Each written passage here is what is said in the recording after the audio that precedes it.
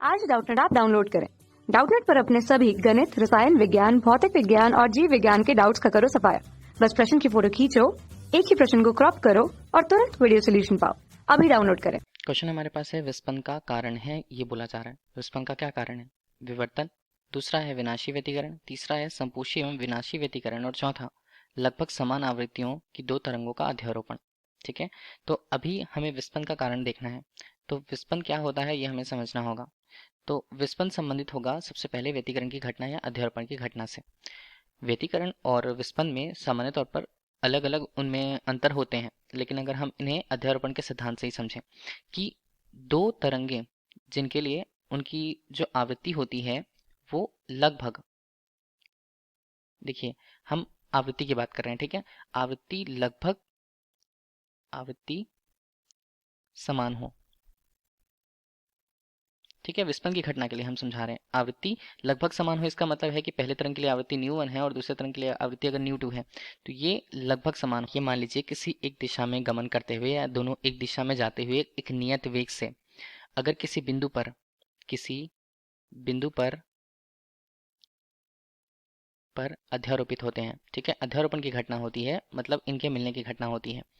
तो अध्यारोपण की घटना से हमें क्या मिलेगा? हमें अध्यारोपण की घटना से एक परिणामी तरंग मिलता है। ठीक है, तो परिणामी तरंग के लिए अगर हम उस बिंदु पर देखें, परिणामी तरंग के किसी बिंदु पर तीव्रता का मान, जैसे ध्वनि की तीव्रता की बात करें, ध्वनि की तीव्रता क्या होती है उस बिंदु पर?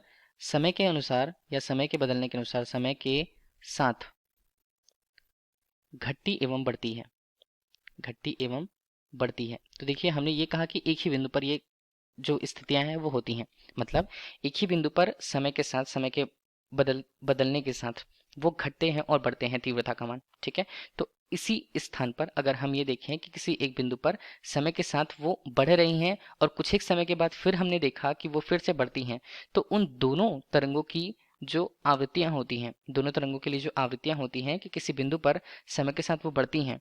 तो देखिए पहले हम एक तरंग की बात करें, एक तरंग जब इस बिंदु से होकर के जाएगा और दूसरा तरंग अगर इस बिंदु से होकर जाता है तो समय के साथ जो स्थिति पर इनकी तीव्रता का मान इस बिंदु पर अधिकतम अगर होता है तो उन दोनों के बीच का जो अंतर है, उन दोनों की आवृत्तियों का जो अंतर है वही विस्पन कहलाता है।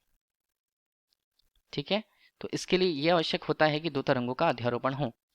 तो कारण पूछा गया है ऑप्शंस में कि कौन सा कारण होगा विस्पन का, तो विवर्तन होगा नहीं। दूसरा है विनाशी व्यतिकरण, ये नहीं होगा।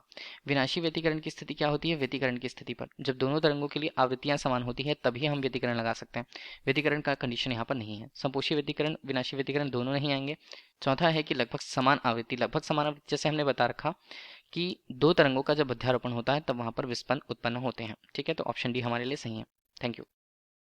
कक्षा 6 से 12वीं से लेकर नीट, IIT, JEE वो एडवांस के लेवल तक 1 करोड़ से ज्यादा छात्रों का भरोसा।